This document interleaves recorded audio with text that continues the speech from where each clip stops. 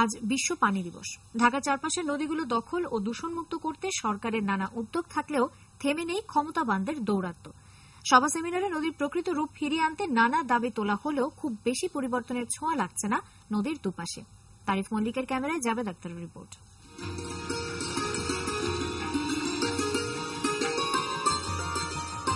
এটি বৃহত্তম নদী মেঘনা। এতে স্রোত আছে, আছে জীবন। যতদূর চোখ যায় শুধু টলমলে পানি আর পানি।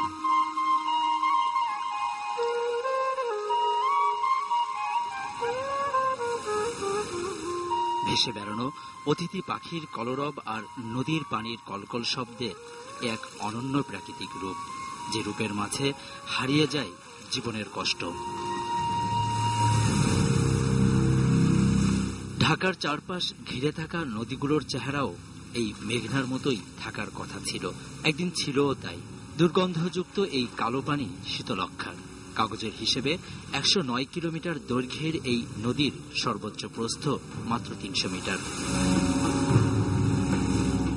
মেঘনা, ধলেশ্বরী ও শীতলক্ষার মোহনা থেকে রূপগঞ্জের মুড়াপাড়া পর্যন্ত নারায়ণগঞ্জের বন্দর কর্তৃপক্ষের আওতায় রয়েছে 27 কিলোমিটার। এ এলাকায় জেলা প্রশাসন থেকে ঠিক করে দেয়া আরএস ম্যাপের হিসেবে এখনো 350, আর আগের সিএস ম্যাপ ধরলে অবৈধ স্থাপনা আছে 3500। তাদের বিরুদ্ধে কেন ব্যবস্থা নেওয়া যাচ্ছে না, কি হলে ব্যবস্থা নেওয়া যাবে, সেই বিষয়গুলো যদি গভীর থেকে তুলে এনে কাজ করা যায়, সরকারের সর্বোচ্চ পর্যায় থেকে পদক্ষেপ নেওয়া সম্ভব হয়, তাহলে পরে ওই প্রভাবশালীদের যদি বন্ধ করা যায় তাহলেই আমাদের নদীকে বাঁচানো যাবে। কর্তৃপক্ষ বলছে নদীর প্রকৃত রূপ ফিরিয়ে আনতে সর্বোচ্চ চেষ্টা করছে তারা।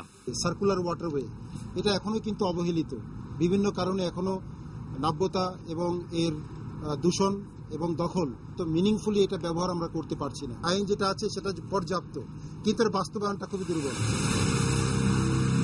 এই সীমাবদ্ধতার বাস্তবতা হচ্ছে শীতলক্ষার দুপারের অবৈধ শিল্প কারখানাগুলোর বর্জ্য শোধনাগার বা ইটিপি খুব বেশি নেই, থাকলেও তা চালু রাখে খুব কম প্রতিষ্ঠান। প্রায় 40 ধরনের বিষাক্ত রাসায়নিক কেমিক্যাল, বর্জ্য আর অপরিশোধিত পানি এই নদীকে ঠেলে দিচ্ছে মৃত্যুর পথে।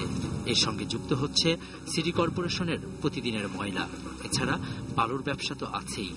এই ষড়যন্ত্র রোধকল্পে দরকার সরকারি উদ্যোগের পাশাপাশি সমন্বিত উদ্যোগ, দরকার ব্যক্তিগত পর্যায়ে সচেতনতাবোধ। All sides to come together to decide how to implement a pollution-free environment.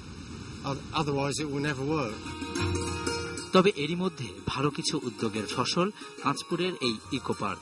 আগামীতে নদীর দুপারে যেখানে আরো বনায়নের পরিকল্পনাও আছে। মেঘনার দুই পারে যে পানির প্রবাহমানতা আপনারা দেখছেন, সেই চেহারা শীতলক্ষায় নেই, নেই বুড়িগঙ্গা, তুরাগ বা বালুতে। মেঘনার মতো করে ওই নদীগুলোকে আবারও ফিরিয়ে আনতে সরকার উদ্যোগ নিয়েছে, কিন্তু ক্ষমতাবান আর দাপুটেদের দখল আর দূষণের এই বেড়াজাল টপকে কবে আসলে এই চেহারাটি মেঘনার মতো হবে, সেই প্রশ্ন থেকেই যায়। হয়তো এর উত্তর পাবে আগামী প্রজন্ম। জাবেদ আখতার, এটিএন নিউজ, মেঘনা নদী।